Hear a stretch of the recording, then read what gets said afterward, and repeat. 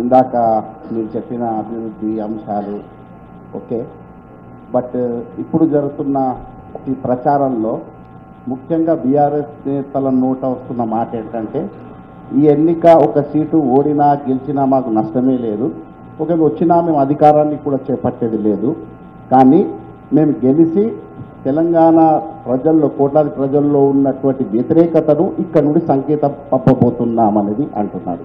దాని మీద మీ అభిప్రాయం? కరెక్టే. ఇప్పుడు ప్రధాన ప్రతిపక్ష పాత్ర శాసనసభలో పోషించి ఇంకా మాకు కొంచెం అదే మద్దతు ఇవ్వండి అని అడిగితే బాగుంటుంది. 2 సంవత్సరాల ప్రధాన ప్రతిపక్ష నాయకుడు సభకే రాలేదు. నాయకుడే సభకు రాని పంతులు లేని బడిలాగా తయారైంది. అది ఎవడు ఎప్పుడు వస్తాడో ఎవడు ఎప్పుడు పోతాడో తెలియదు. వానకాలం చదువు అంటారు కదా చెట్టు కింద, అట్లున్నది వాళ్ళ పరిస్థితి. కాబట్టి ఈరోజు అడగడానికి ఏమీ లేక, 10 సంవత్సరాలు చేసింది చెప్పుకోవడానికి లేక ఇప్పుడు ఇట్లాంటి వాదన తీసుకొస్తారు. ఈ తెలివితేటలే ఉంటే 8 పార్లమెంట్ సీట్లలో డిపాజిట్లు కోల్పోయి బీజేపీని గెలిపించాల్సిన అవసరం ఏమొచ్చింది?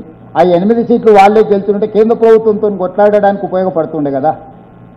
మెదక్కు వాళ్ళకు గుండెకాయ. హరీష్ రావు గారు, కేసీఆర్ గారు ప్రాతినిధ్యం వహించే పార్లమెంట్ నియోజకవర్గాన్ని కూడా వాళ్ళు బీజేపీని గెలిపించారు. అంటే వాళ్ళు ఆత్మహత్య చేసుకొని అవయదానం చేశారు. యాక్సిడెంట్లు చచ్చిపోయినప్పుడు అవయదానం చేయడం వేరు. కిడ్నీలో కండ్లో మనం ఎవరికైనా దానం చేస్తాం యాక్సిడెంట్లు చనిపోతే, కానీ సూసైడ్ చేసుకునేవాడని అవయదానం చేస్తాడా? మొన్న బీఆర్ఎస్ సూసైడ్ చేసుకొని అవయదానం చేసి బీజేపీ వాళ్ళని 8 సీట్లు గెలిపించారు. ఆ 8 కదా మోడీ 3వ ప్రధానమంత్రి కావడానికి ఉపయోగపడ్డది. ఇప్పుడు కిషన్ రెడ్డి గారు థ్యాంక్స్ గివింగ్, అదే అంటారు కదా, కృతజ్ఞతా భావంతో తిరిగి చెల్లించే ప్రయత్నం చేస్తున్నారు కిషన్ రెడ్డి గారు. సో ఇది ప్రజలందరూ గమనిస్తారు. నేను చెప్పుడు కాదు, బీఆర్ఎస్ బీజేపీ విలీన ప్రక్రియ మొదలైంది, నేను అడ్డుకున్నా అని కేసీఆర్ కూతురే చెప్పింది. కుటుంబ సభ్యురాలు చెప్తున్నప్పుడు ఇది సామాన్యులకు అర్థం కావట్లేదు. సరే చీకట్లో వాళ్ళు అంటే వాళ్ళు ప్రైవేట్గా ఇంట్లో మాట్లాడుకున్నా మనకు తెలియదు, కానీ ఎన్నికల్లో మీరు చెప్పండి, తెలంగాణ రాష్ట్ర సమితి పుట్టిన రోజు నుంచి ఈరోజు అంపశయ్య మీదికి మరణశయ్య మీదకి చేరుకున్న ఈ గ్యాప్లో ఎప్పుడన్నా ఇంత తక్కువ ఓటింగ్ పర్సంటేజ్ కానీ అసలు 0 సీట్లు ఎప్పుడన్నా వచ్చినాయా? బీఆర్ఎస్కు ఎప్పుడైనా పార్లమెంట్లో గుండు 0 ఉండేనా? చంద్రశేఖరరావు గారు బతుకున్నప్పుడే, కేటీఆర్ గారి నాయకత్వంలో వర్కింగ్ ప్రెసిడెంట్గా ఉన్నప్పుడే గుండు 0 వచ్చినాక ఇంకా బుకాయించాలని, ప్రజల్ని మభ్యపెట్టాలని ఎవరి కోసం బుకాయిస్తారు? నేను అందుకే చెప్తున్నా, వీళ్ళ పని అయిపోయింది. ప్రతి వస్తువుకు ఒక పీరియడ్ ఉంటుంది, దాని వ్యాలిడిటీ. ఒకప్పుడు ల్యాండ్ లైన్ ఇట్లుంటే చాలా విలువైంది, మీకు తెలుసు కదా. ఒక ఫోన్ అంటే మనం పెద్ద లీడర్ల దగ్గరకు, ఎంపీల దగ్గరకు పోయి కోటా తెచ్చుకోవచ్చు. ఇప్పుడు ఆ ఫోన్ ఉందా? ఒకప్పుడు నోకియా ఫోన్ ఒకటి ఉండేది, ఇట్లా వచ్చేది, అది ఉందా? పేజర్ ఉండేది ఇక్కడ పెట్టుకునేటోళ్ళం, అది ఉందా? అట్లా జనతా పార్టీ ఉన్నదా? అట్లనే బీఆర్ఎస్ కూడా కాలగర్భంలో కలిసిపోతుంది. బీఆర్ఎస్కు గతమే ఉంది, చంద్రశేఖరరావు గారికి భవిష్యత్తు లేదు. దాని పీరియడ్ ఒక 25 ఇయర్స్ మీరు లెక్క కట్టుకుంటే అయిపోయింది. నేను ఇది అంటే ఏదో పొలిటికల్ విమర్శ కోసం చెప్పడం లేదు. నేను వాస్తవ పరిస్థితులు, ఎన్నో రాజకీయ పార్టీలు వచ్చిన ఒక వెలిగిన ఒకప్పుడు తెలుగుదేశం పార్టీ తెలంగాణలో ఎంత బలమైన పార్టీ, తెలంగాణ ప్రాంతంలో ఒక ఉవ్వెత్తున ప్రభావితం చూపించిన పార్టీ. ఈరోజు తెలుగుదేశం పార్టీ లేదు.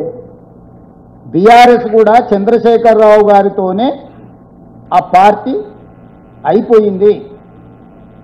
ఆ బాధతోనే చంద్రశేఖరరావు గారు బయటికి రావడం లేదు.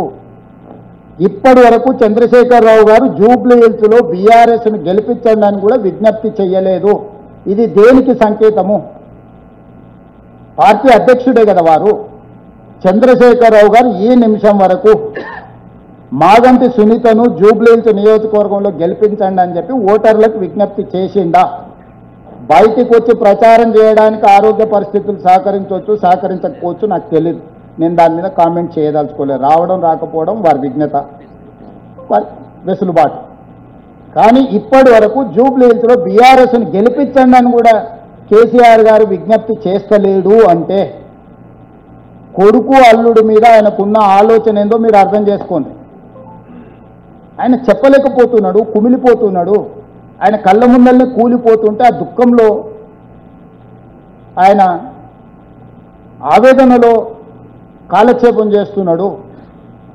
ఆయనను సానుభూతితో చూడాల్సిన పరిస్థితులు వచ్చినాయి తప్ప ప్రత్యర్థిగా పరిగణించాల్సిన పరిస్థితులు లేవు. మీ వ్యాపారం అభివృద్ధి కావాలని కోరుకుంటున్నారా? అయితే వెంటనే క్యూనస్ని సంప్రదించండి. Schools, colleges, banks, shops, office promotions, land promotions, political promotions, restaurant promotions, hospital promotions, పుట్టినరోజు వేడుకలు, శుభకార్యాలు, వ్యాపారాలు ఏవైనా, సందర్భం ఏదైనా ఇప్పుడే క్యూనస్ ద్వారా తెలియజేయండి. మీ వ్యాపారాన్ని అభివృద్ధి చేసుకోండి.